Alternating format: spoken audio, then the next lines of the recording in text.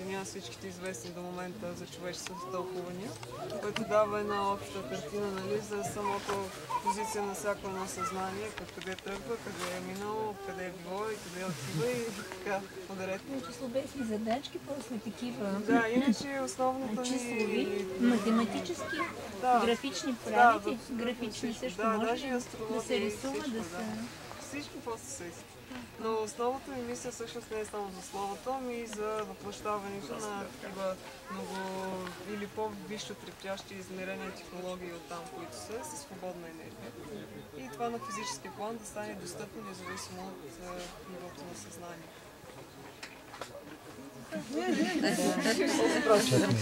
Направо. Грабна. Съжалявам, много забавени са просто.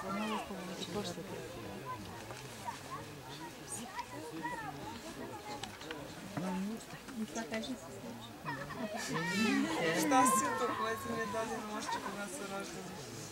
Понякога средата пък ни оказва влияние, за да може да се научим още повече защо сме дошли и да може да стигнем по някакво повече неделя, още повече възможности именно с това отдалечаване от божественото. За да разберем всъщност неговия смисъл във всичките гледни точки и в такъв смисъл дори средата да ни окаже влияние върху възприятията ни, можем пак да получим някаква полза от това нещо и да се обогатим за способности или възприятия още повече нашите лични, да ги изравним с всичките възможности на Вселената в това начин. Да, винаги. И като го възприемаме така всъщност създаваме още повече условия то да се проявява и физически и на всички други нива, които може да бъде проявено. Ако, нали, примерно, вземем каквото и да е недоволство, в който и да е случай, или това може да стане от някакво липсо на знание, примерно за причината на нещата или следствията. Всъщност създаваме следствия, които съставят вибрация на нашата реакция. Колкото по-хубаво възприемаме всяко едно нещо и точно това изобилие на гледните точки ни позволява винаги да намираме поне една хубава гледна точка и така да създаваме винаги най-хубавите следствия от каквото и да е събитие. Независимо наистина какво ще е това. Да, осъзнатото съмнение не може утре да го обсъдим или излизане извън тялото и такива неща, защото аз точно от това искам да кажа, че лесно може да пътуваме. И това също би ни, нали, ако изразим едно такова желание да открием себе си, това са още, нали, някои помощни средства с осъзнатост, които може и съзнание да приложим и да ни дадат още повече знания, пък там вече пътуването е много по-лесно, отколкото телепортацията, защото е по-гъста материята, нали, с физическото тяло.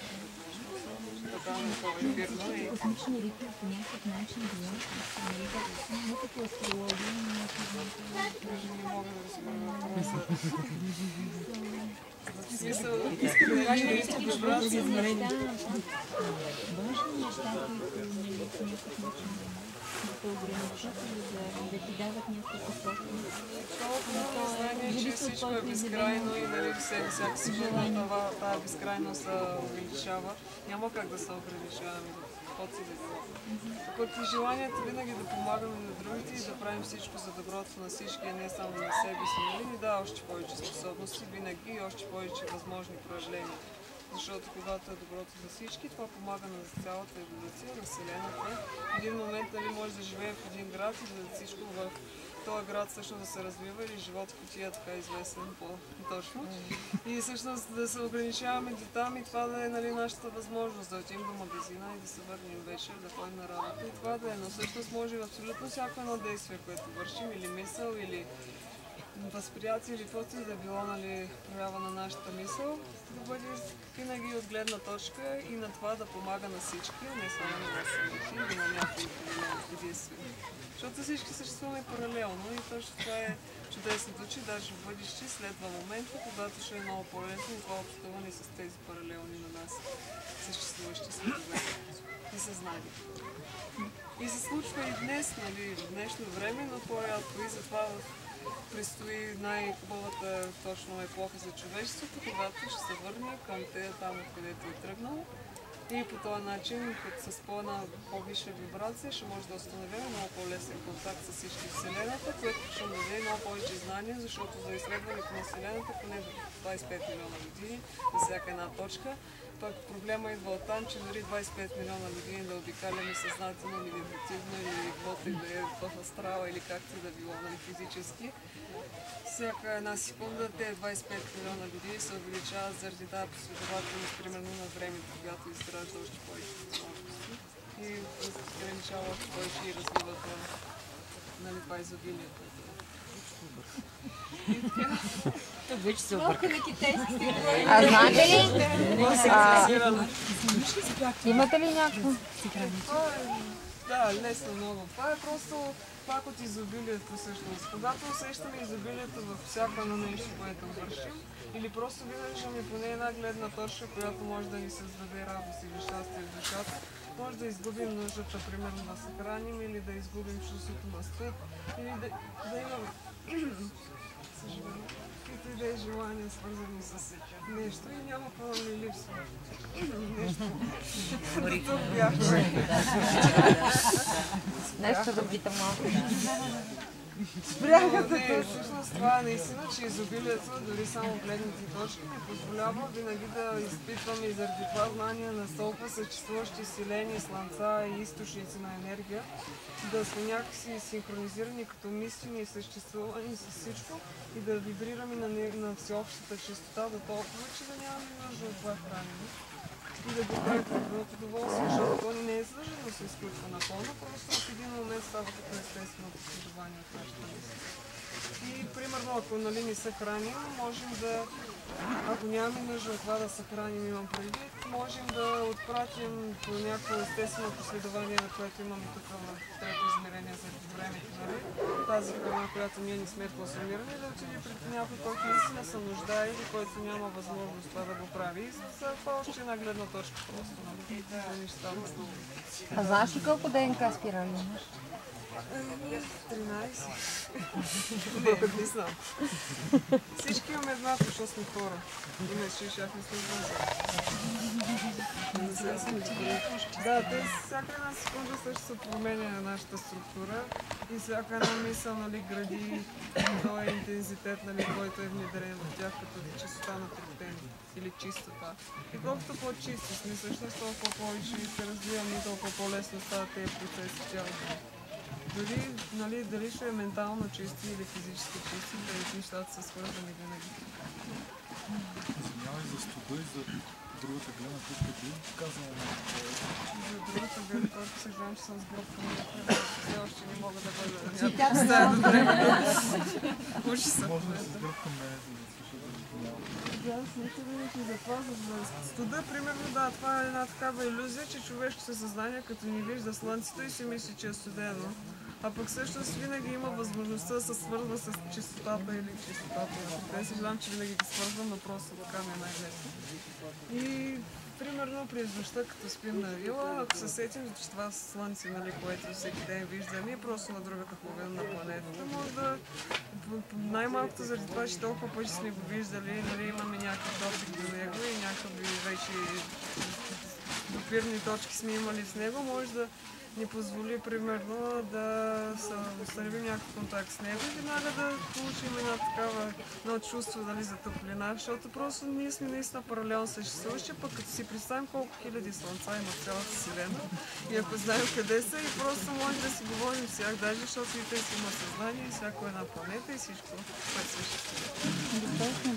А пък за глада също, нали, както можем да запомняме от всяка една храна, нали, вибрацията, която да осъществява нашето съзнание, когато приемаме дадена храна, да я запазваме. Нали, това е един метод за стартиране на този процес, може би да консумираме колкото се може по-малко, за да загубим в един момент нуждата от това да правим, да успеем да създаваме щастие в душата ни и заклетващи ни.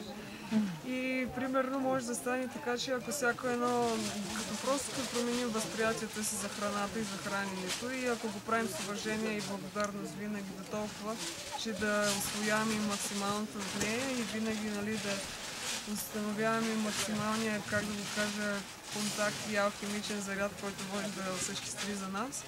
Можем всеки път, когато, нали, сме гладни, да се сещаме за тази чистота на трептение и тя просто да отразява и в физическото ни тяло вече като следствие на вибрацията, която създава като усещане. Може да е това известно и като плацебо, така да кажем. нещо подобно. Нещо За 2 месеца какво може да очакваме? Падане на правителството.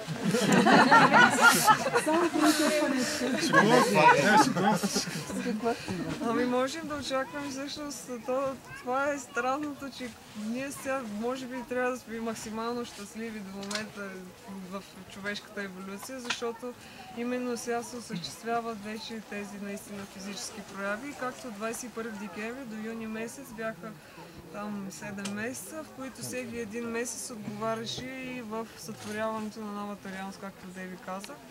Нали, като един ден от сътворението спрямо и библейските описания на сътворението.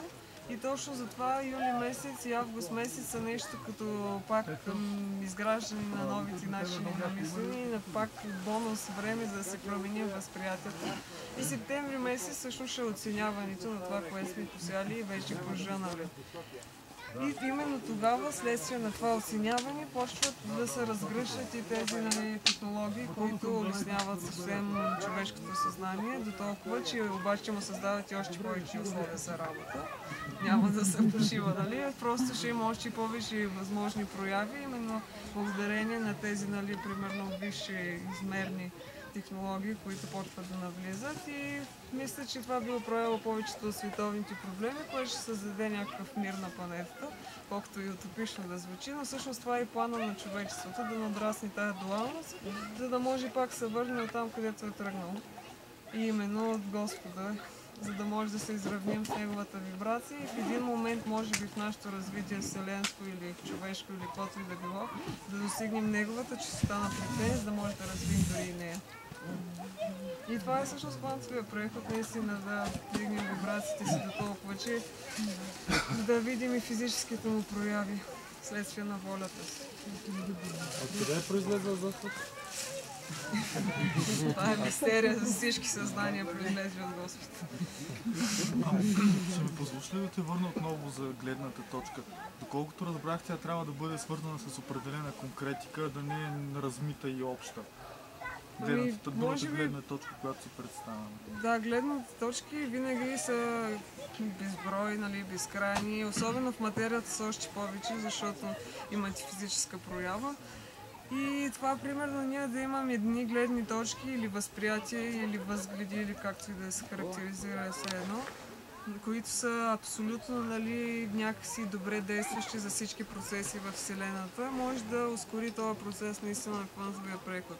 И точно за това, колкото и години да е било клиширана тази философия с това, което мислим, всъщност това сме и това става и после и физически, всъщност това е истината и то най-универсалната, но универсалната истина съдържа всъщност в себе си и вселенските закони.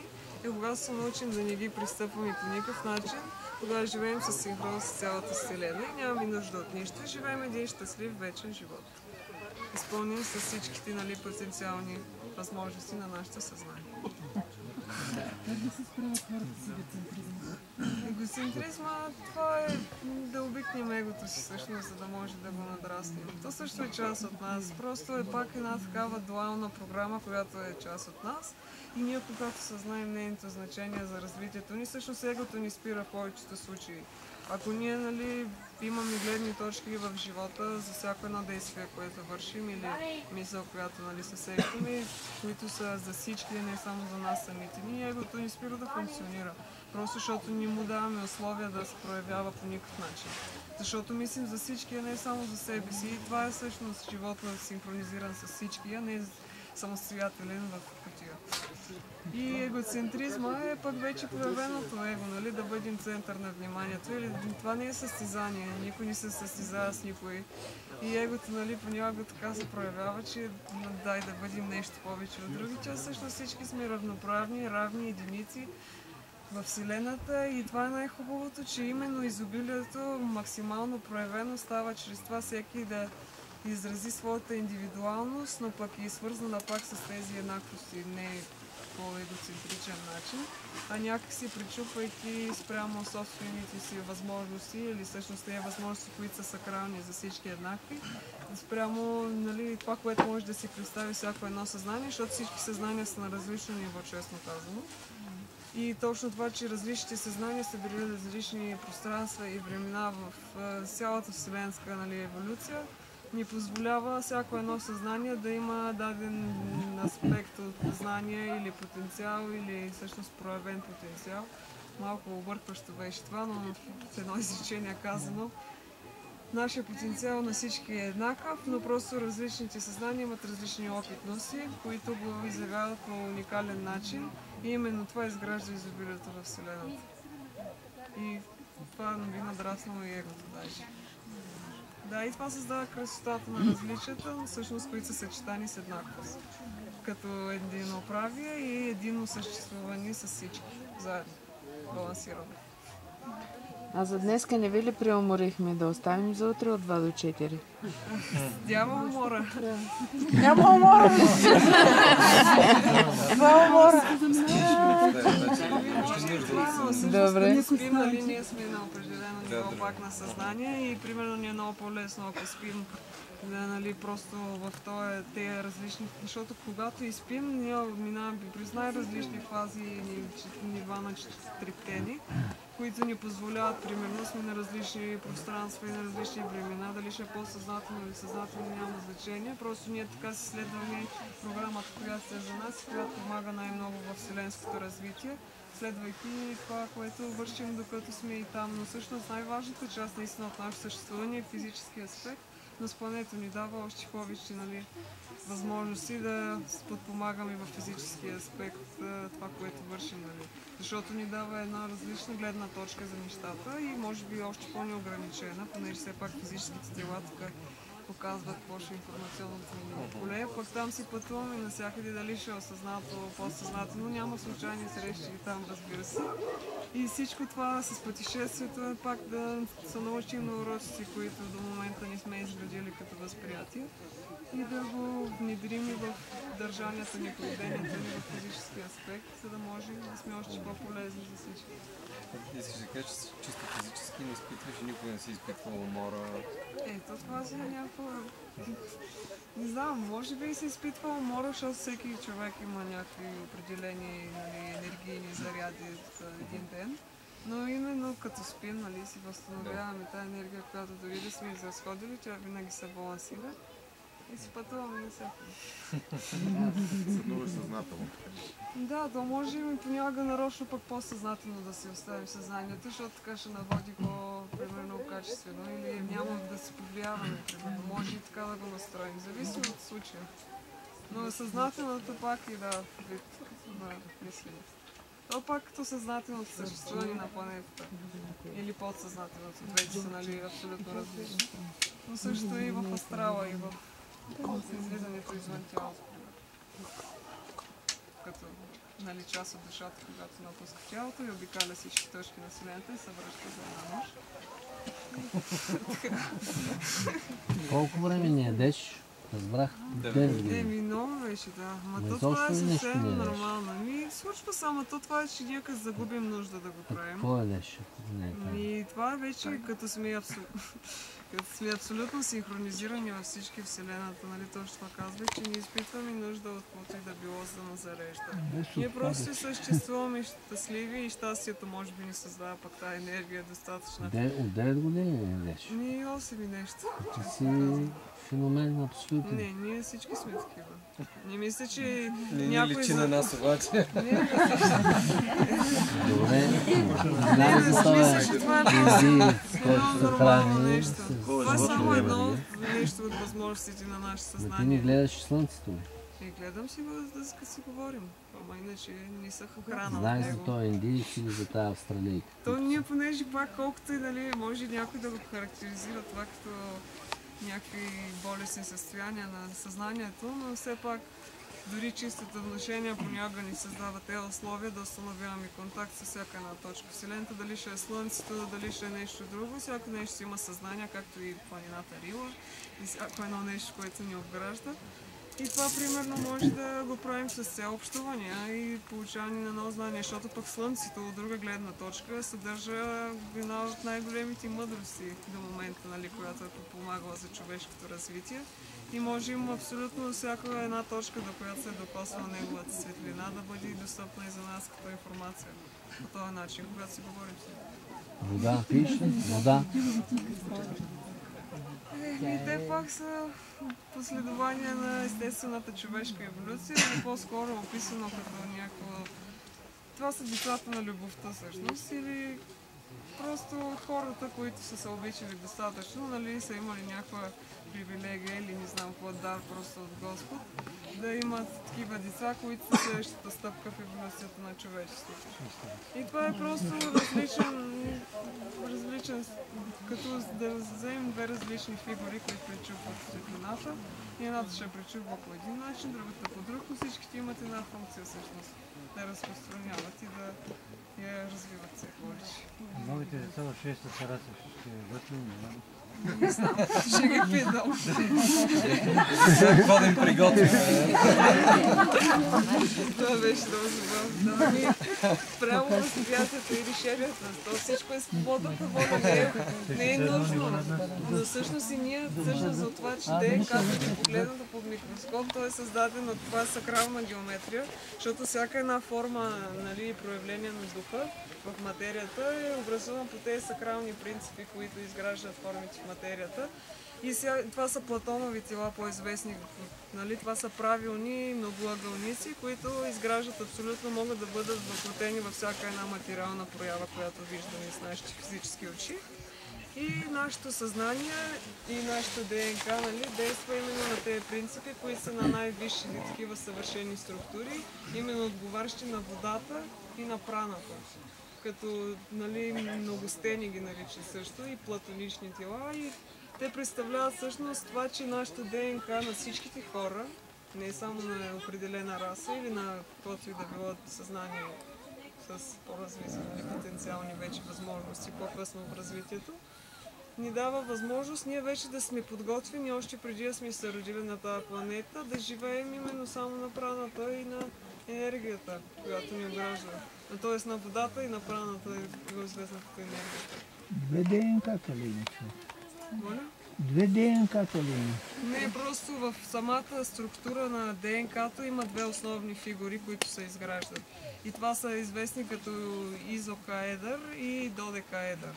Нали, вече имената на самите фигури, които са погледнати под микроскоп. И те отговарят, понеже всяко едно, нали, всеки един от тези пет. Едното е пентаграма, примерно, което отговаря на огъня като елемент, като структура. И затова, примерно, първобитният човек е живеел именно с нуждата от огън. И това е първото ниво. Пък последните са именно на прана и на вода. И затова нашето, на всички тук, които сме в момента ДНК, е изградено от тези две, нали, фигури, които отговарят на елементите вода и прана. Но това не значи, че имаме две ДНК, просто от две основни структури. Изпредят биологическото и за другото, което говорите, от родителите и от другото. Не, то просто алхимичния, нали, душата е от Господа, тялото е от родителите. А какво ще стане с... Вие говорите тук за еволюция. Монадите, които ще изостанат в еволюцията, ще са стигнали до нова творческа изява, за претопяване по-просто. Има ли такива монади? Моля? Има ли монади, които са изостанали? До сега сте го... в тази еволюция не може да не... Нали бързо, ускорено казват, става еволюция. С хората, които нямат да достигнат. Това си да намерят тази синхрони. Всъщност да, това е естественото последование на нещата отново. И те просто, когато и направят избора да са на ниска трептяща чистота, ще останат на такава и може би в крайен случай могат да бъдат и населявали места, които да отговарят на това трептение. Но в повечето случаи, както и в Атлантис, примерно и континента Мю или Лемур или Лемурия, те потъват, да. Но това пък е тяхната свободна воля и това е най-добрият път, по който те научават уроците си и пак стигат в един момент до там, където са избрали високо трептящи, нали, съзнания да тръгнат. Част от тях са останали. са паралелно съществуващи и именно нали, това, че имаме различия, пък ни дава още повече гледни точки и ние винаги можем да я подпомагаме, без да нарушаваме свободната им воля, но някакси насочвайки ги към това, което може да е и най-доброто, защото те понякога са и объркани в много случаи. Нали? Някои съзнания са просто така от средата повлияни и за 2-3 пъти на такава чистота, което не е лошо. Те пак са от едно произлязли и нали, подредено по там дървото на живота, ако се разглежда като измерение, даже нали, подреденост. Има и много ниско, по-ниско частотни от трето измерение съзнания, които пак заемат една основна нали, роля в еволюционния процес, защото примерно когато Сатанаил, който е имал привилегията да бъде с ниво на триптелин на архангел, избира просто при неговата инкарнация като цар на тая планета да покаже повече влияние за него богатството, отколкото това да запази тая архангелска чистота. Той си пада надолу и там си продължава развитието си спрямо свободната воля. Това е изобилието всъщност, че всеки си прави избора и на всеки е даден този избор, винаги да има избор. Да се плаща. Но свободната воля е само тук на посееш. планетата Земя. Не само на планетата Земя, но има примерно нали, иерархии или измерения, където няма свободната воля и обаче там е изразена по друг начин. Това не значи, че ти казват какво да правиш постоянно, ми просто не правиш някои определени неща. Примерно както ангелите не грешат никога. И това примерно ограничава по някакъв начин тяхната свободна воля. И може да се каже, да се разглежда, че те нямат свободна воля, защото винаги вършат нещата така, че да са добре за всички. И по този начин, нали, ние пък може да се върши винаги всичко, което се сетим, а те не могат да грешат и затова нали, сме различни от тях. Това тяло изчерпало и физическото имаме изпредвид своето предназначение.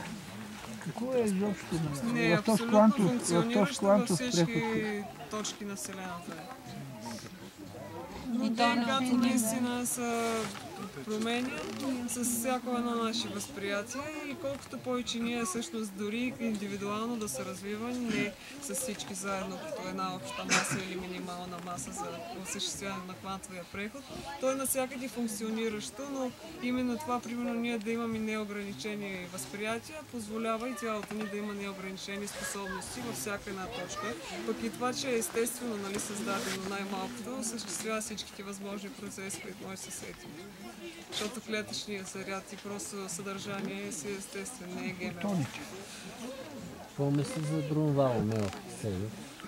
Ами той всъщност и той оказва огромно влияние в развитието, защото той всъщност сваля информацията на планетата, която е свързана именно с тази сакрална геометрия. А сакралната геометрия или свещената геометрия, по която нали, са строени и много от свещените храмове от днешно време и в миналото. Е тази, която обяснява всичките механизми на Вселената. Срещал ли си с него? В Астрала сме срещали само. Той идва в България.